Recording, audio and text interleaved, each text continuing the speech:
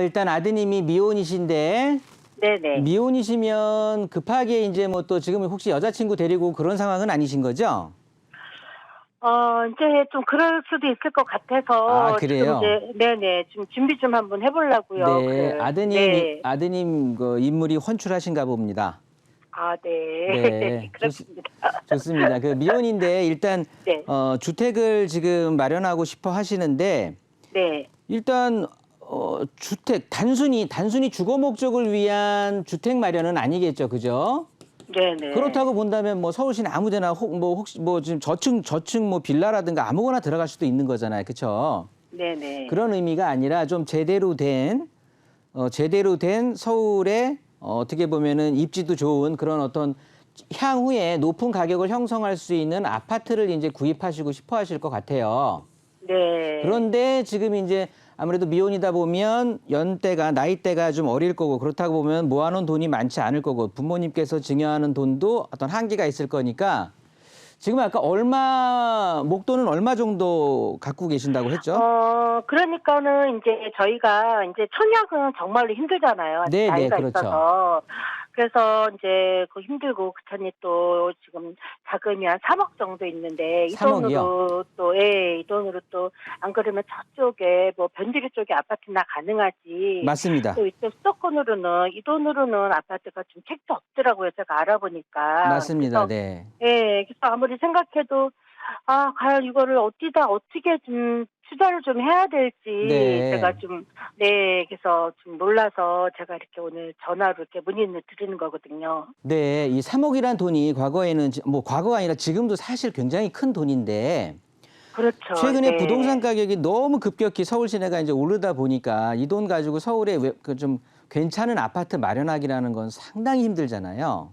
근데 네네. 뭐 시대가 그렇게 변한 걸 어떻게 하겠습니까? 그렇죠?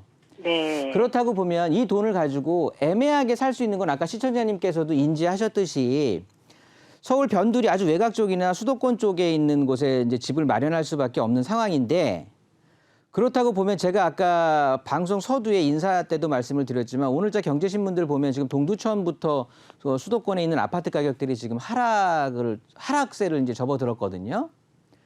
그렇다고 보면 외곽 쪽에다가 그 수도권 외곽 그다음에 서울 변두리 이런 쪽에다가 주택을 지금 구입한다?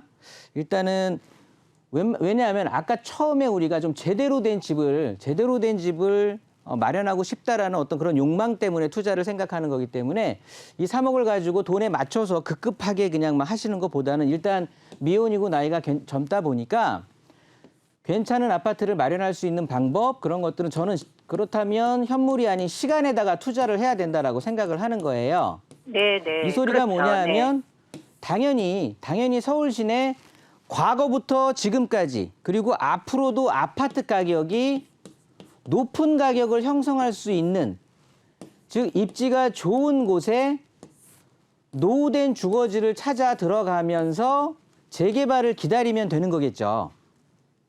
그런 것들이 바로 시간에 대한 투자가 이제 된다라고 하는 건데 서울 시내에서 높은 가격을 형성하면서 앞으로도 높은 가격을 계속해서 유지하고 있을 곳은 뭐 당연히 한강변을 끼고 있으면서 강남권, 용산권 뭐 이런 쪽들을 아우르고 있는 잠실권, 뭐 성수권 이런 쪽들을 아우르고 있는 이런 쪽들이 될 거고요.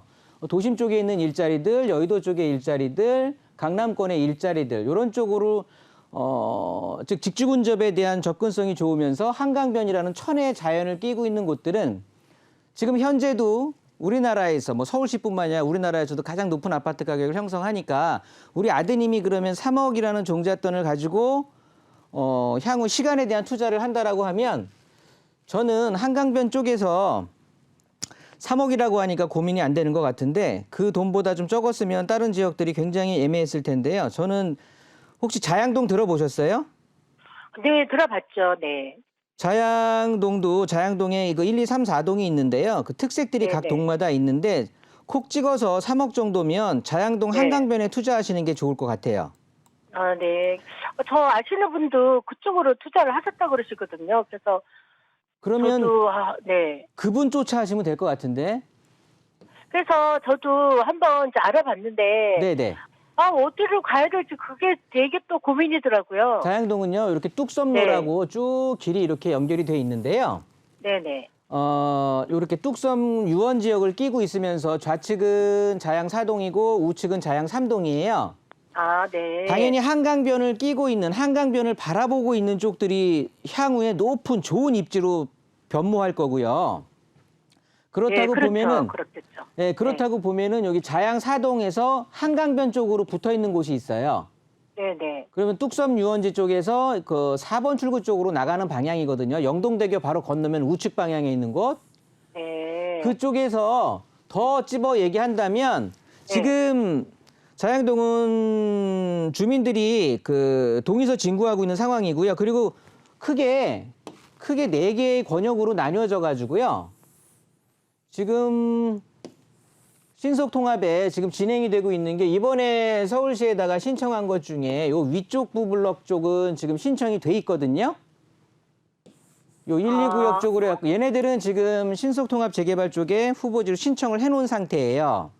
네. 그래서 이쪽에서 이제 어느 쪽이 됐든 한 곳이 지정이 된다라고 하겠죠. 그러면 얘네들은 권리산정 기준일이 올해 9월 11일로 이제 기준이 돼버리는 거니까 네네. 그 이후에 사게 되면 위험성이 되겠죠. 현금 청산을 당할 위험이 있으니까. 네네. 그러면 이 아래 블록 쪽이 좋을 것 같아요. 더 한강변 쪽에 더 붙어 있는 곳. 이해되세요? 네네. 그러면 여기 신양중학교라든가 요런 쪽, 뭐 요런 쪽에 껴 있는 쪽, 더 한강 쪽으로 붙어 있는 쪽으로 해서 네. 한번 알아보시면 괜찮을 것 같아요. 그쪽으로요? 네, 그러면 시간에 대한 투자도 되면서 향후에 아파트, 그리고 바로 좌측이 성수 전략정비구역이잖아요. 성수동도 이쪽으로, 저쪽으로요? 그렇죠. 네네네. 영동대교 바로 그 영동대교 건너게 된다고 하면, 그러니까 동일로 쪽의 옆쪽으로 건너게 되면 네네. 성수동 재개발 구역이 되는 거거든요.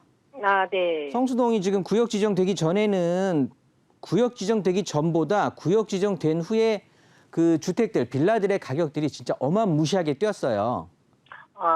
그러면 네. 우리 아드님께서도 여기에다가 시간에 대한 투자를 한다라고 하는데 지금 사실 서울에 지금 어떻게 보면은 주택 쪽에 부동산 쪽에 화두는 재개발이거든요.